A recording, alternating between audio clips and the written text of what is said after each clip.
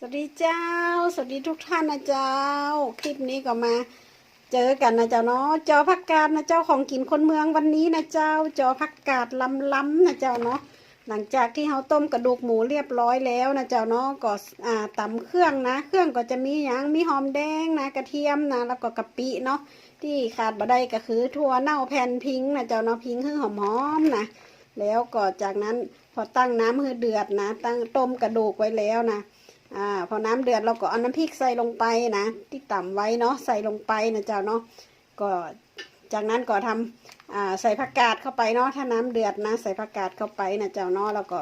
นี่นะเจ้าพอผักกาดเปื่อยก็ใส่น้ำมะขามลงไปนะเจ้านะรับรองว่าลำแต้ๆเลยเนอะนะ